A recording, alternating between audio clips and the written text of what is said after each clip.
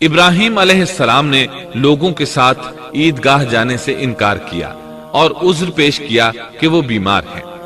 وہ لوگ آپ کو چھوڑ کر چلے گئے۔ بعد میں ابراہیم علیہ السلام ان بتوں کے پاس گئے، دیکھا کہ ان کے سامنے کھانا پڑا ہے۔ چونکہ سب لوگ کھانا لائے تھے اس لیے یہ کھانا بہت زیادہ تھا، لیکن ان جھوٹے معبودوں نے اسے کھانا تو درکنار اس کو چھوا تک نہ تھا۔ ابراہیم علیہ السلام نے انہیں مخاطب کر کے کہا، یہ اتنا کھانا تمہارے سامنے پڑا ہے، تم اس کو کھاتے کیوں نہیں؟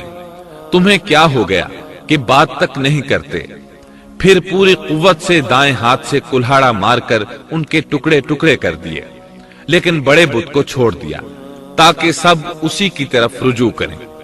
تمام چھوٹے بتوں کو توڑ کر کلہاڑا اس بڑے بت کے کندھے پر رکھ دیا۔ مشرکین میلے سے لوٹے تو دیکھا ان کے سارے معبود اوندھے منہ ٹوٹے پھوٹے پڑے ہیں۔ ان کے تمام معبودوں کو توڑ دیا گیا تھا۔ وہ حیران رہ گئے کہ یہ کیسے ہو گیا، کس نے کیا؟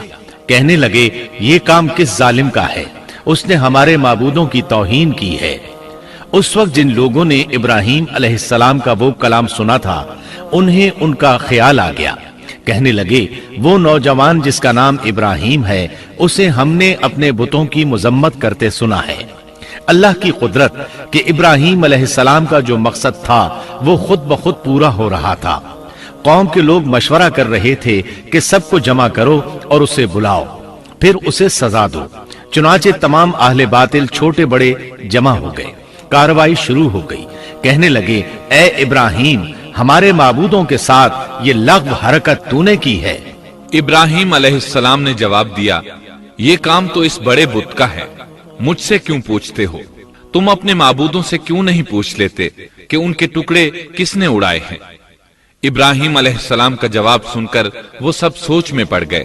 پھر کہنے لگے، ہم نے بڑی غلطی کی، اپنے معبودوں کے پاس کسی کو حفاظت کے لیے نہیں چھوڑا۔ اس قدر واضح بات محسوس کر کے بھی وہ ظالم ایمان نہ لائے، بلکہ شیطان نے ان کے دلوں میں وسوسہ ڈالا اور انہوں نے غور و فکر کر کے کہا، اے ابراہیم، کیا تمہیں علم نہیں؟ یہ تو بے زبان ہیں، یہ بول نہیں سکتے۔ اب ابراہیم علیہ السلام نے فرمایا، تب پھر تم اللہ کے سوا اس چیز کی عبادت کرتے ہو جو تمہیں کچھ بھی نفع نہ دے سکے اور نہ نقصان پہنچا سکے۔ تعجب ہے تم پر اور ان پر بھی جنہیں تم اللہ کے سوا پکارتے ہو۔ کیا تم میں بالکل عقل نہیں؟ اس طرح ابراہیم علیہ السلام نے ان پر حقیقت خوب اچھی طرح واضح کر دی۔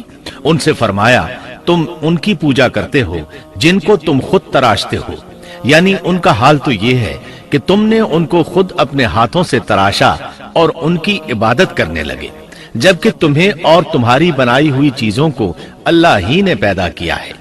ابراہیم علیہ السلام نے ایک کلہاڑے کی مدد سے ان سب بتوں کو تہس نہس کر دیا تھا۔ یہ اس بات کی واضح ترین نشانی تھی کہ یہ بالکل بے بس ہیں، لیکن اس واضح نشانی کے باوجود وہ اپنے کفر ہی پر ڈٹے رہے اور لگے ابراہیم علیہ السلام کو دھمکیاں دینے۔ کہنے لگے، اس کے لیے ایک آتش کدہ بناؤ اور اسے اس دہکتی آگ میں ڈال دو۔ پھر ان لوگوں نے ایک چٹیل میدان کا انتخاب کیا جہاں مٹی نام کی کوئی چیز نہیں تھی۔ اس میدان کو پتھروں کی باڑ کے ساتھ گھیر دیا گیا۔ پھر سب لوگوں کو حکم دیا گیا کہ وہ لکڑیاں جمع کر کے اس گھیری ہوئی جگہ میں رکھیں۔ چنانچہ سب لوگ لکڑیاں جمع کر کے وہاں لانے لگے، یہاں تک کہ عورتوں اور بچوں نے بھی اس کام میں بڑھ چڑھ کر حصہ لیا۔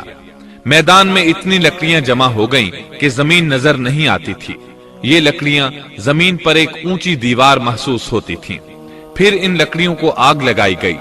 جب آگ کے شعلے آسمان سے باتیں کرنے لگے تو انہوں نے ابراہیم علیہ السلام کو آگ میں ڈالنے کے لیے ایک جھولا تیار کیا۔ اس میں سیدنا ابراہیم علیہ السلام کو رکھا گیا۔ اس وقت آپ نے یہ دعا پڑھی، حسبنا اللہ ونعم الوکیل۔ ہمیں اللہ کافی ہے اور وہی بہترین کارساز ہے۔ یہ کلمہ ہر محتاج اور مصیبت زدہ کو پڑھنا چاہیے۔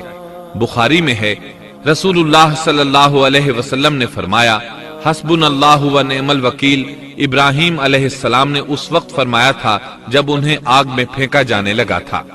مطلب یہ کہ ہم اللہ ہی پر بھروسہ کرتے ہیں، اس کے سوا ہمارا کسی پر بھروسہ نہیں۔